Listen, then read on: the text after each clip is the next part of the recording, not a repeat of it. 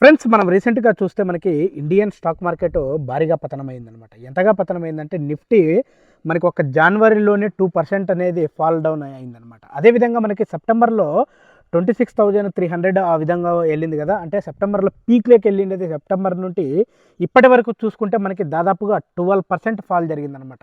ఇంత biggest fall జరగడానికి కొన్ని రీజన్స్ అయితే ఉన్నాయి.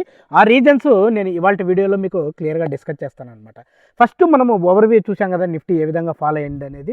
సో, దీనికొచ్చేసి మనం 2 ఫ్యాక్టర్స్‌గా కన్సిడర్ చేసుకోవచ్చు. ఒకటొచ్చేసి గ్లోబల్ ఫ్యాక్టర్, అనదర్ వచ్చేసి మనకి డొమెస్టిక్ ఫ్యాక్టర్స్ కూడా కన్సిడర్ చేసుకోవచ్చనమాట. గ్లోబల్ ఫ్యాక్టర్‌కి వచ్చేపాటికి వచ్చేసి మనకు ట్రంప్ మనకి జనవరిలో మనకి ఈ జనవరి 20థ్ వచ్చేసి మనకి ప్రెసిడెంట్‌గా ప్రమాణ స్వీకారం చేస్తున్నాడనమాట.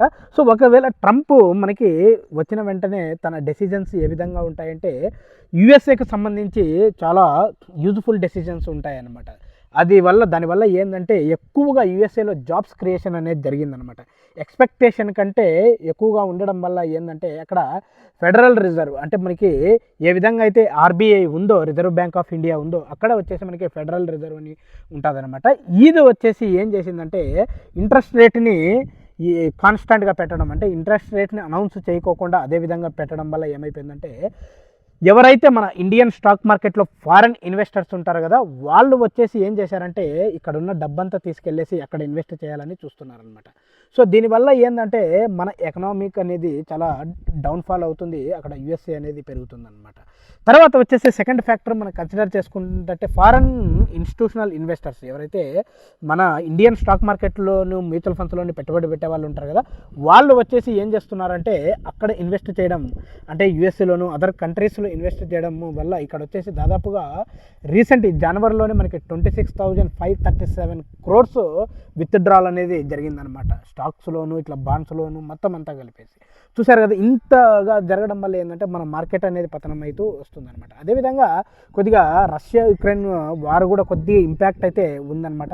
ఏదైనా ఇంపోర్ట్ చేయాలనుకున్నా లేదా ఎక్స్‌పోర్ట్ చేయాలనుకున్నా, అంటే ఎగుమతి గాని, దిగుమతి గాని చేసుకోవాలనుకున్న రష్యా సైడ్, ఆ సైడ్ కంట్రీస్‌కి సో, ఈ ఇంపాక్ట్ అనేది కొద్దిగా ఉందనమాట. ఇది మనకి గ్లోబల్‌కి సంబంధించి అనమాట. డొమెస్టిక్ వచ్చేప్పటికి ఈ డొమెస్టిక్ ఇన్‌స్టిట్యూషనల్ ఇన్వెస్టర్స్ ఎప్పుడైతే ఫారెన్ ఇన్‌స్టిట్యూషనల్ ఇన్వెస్టర్స్ విత్‌డ్రాల్ జరుగుతుందో మనోళ్ళు ఇన్వెస్ట్ చేసినా కూడా అంటే డొమెస్టిక్ ఇన్‌స్టిట్యూషనల్ ఇన్వెస్టర్స్ అంటే మెయిన్‌గా ఎవరంటే మ్యూచువల్ ఫండ్స్‌లో ఇన్వెస్ట్ చేసేవాళ్ళు లేదా పెద్ద పెద్ద కంపెనీస్‌లో బిగ్ అమౌంట్‌ని ఇన్వెస్ట్ చేసేవాళ్ళు అనమాట. వీళ్ళు ఎంతగా ఇన్వెస్ట్ చేసినా అక్కడికి రీచ్ అవ్వకపోవడం అనమాట.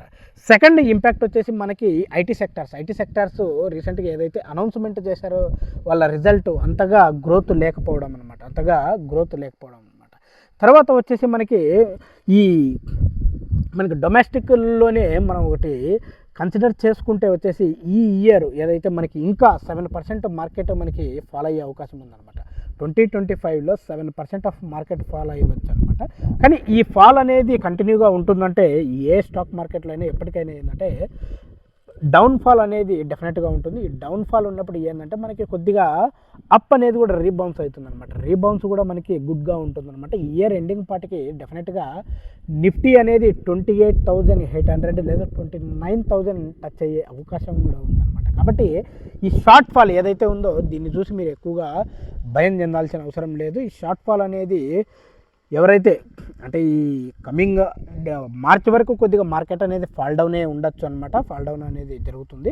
కానీ మనకి మార్చ్ తర్వాత కొద్దిగా మనకి ఎకనామిక్ అనేది కొద్దిగా గ్రోత్ అవుతుందనమాట. అందుకే మనకి ఈ జీడీపీ కూడా 6.4%గా ఉందనమాట. ఇది వచ్చేసి లాస్ట్ 4 ఇయర్స్‌తో పోల్చుకుంటే చాలా తక్కువగా ఉండడం అనమాట. ఇది కూడా మనకు ఇంపాక్ట్ మన స్టాక్ మార్కెట్ పడిపోవడానికి అనమాట. కాబట్టి సో, ఇది ఏదైతే ఉందో మనకి ఇది వచ్చేసి షార్ట్ డ్యూరేషన్ అనమాట. ఎవరైనా షార్ట్ టైమ్ డ్యూరేషన్ ఇన్వెస్ట్ చేసేవాళ్ళు దయచేసి కొద్దిగా అవాయిడ్ చేయండి ఈ టైం పీరియడ్ వరకు అనమాట.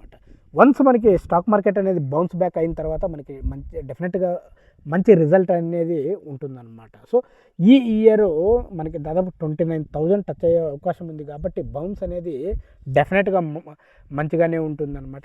ఇది కేవలం ఎడ్యుకేషన్ పర్పస్‌కి మాత్రమే. సో, మనకి ఇప్పుడు అర్థమైంది కదా ఎందుకు స్టాక్ మార్కెట్ ఫాల్ అవుతుంది అనేసి. యూఎస్‌లో ఎక్కువ జాబ్స్ క్రియేట్ అవ్వడము, అక్కడ మనకి ఫెడరల్ రిజర్వ్ అనేది ఇంట్రెస్ట్ రేట్‌ని అసలుకి అనౌన్స్ చేయకపోవడం, అలానే పెట్టడము, ఇవన్నీ అక్కడ వాళ్ళకు చాలా బెనిఫిట్ అయినప్పుడు సో ఫారెన్ ఇన్స్టిట్యూషనల్ ఇన్వెస్టర్స్ డెఫినెట్గా అక్కడికి వెళ్ళిపోతున్నారు. అది యొక్క వాళ్ళు అమౌంట్ విత్డ్రాల్ చేయడం మన మధ్య ల్యాక్స్లో ఉండదు, క్రోర్స్లో ఉంటుంది. కాబట్టి మన ఎకనామిక్ మీద, మన స్టాక్ మార్కెట్ మీద డెఫినెట్గా ఇంపాక్ట్ ఉంటుందన్నమాట. ఫ్రెండ్స్, ఇలాంటి అప్డేట్స్ కోసం డెఫినెట్గా మీరు మన ఛానల్ సబ్స్క్రైబ్ చేసి సపోర్ట్ చేయాలి. Thank you friends, thank you all.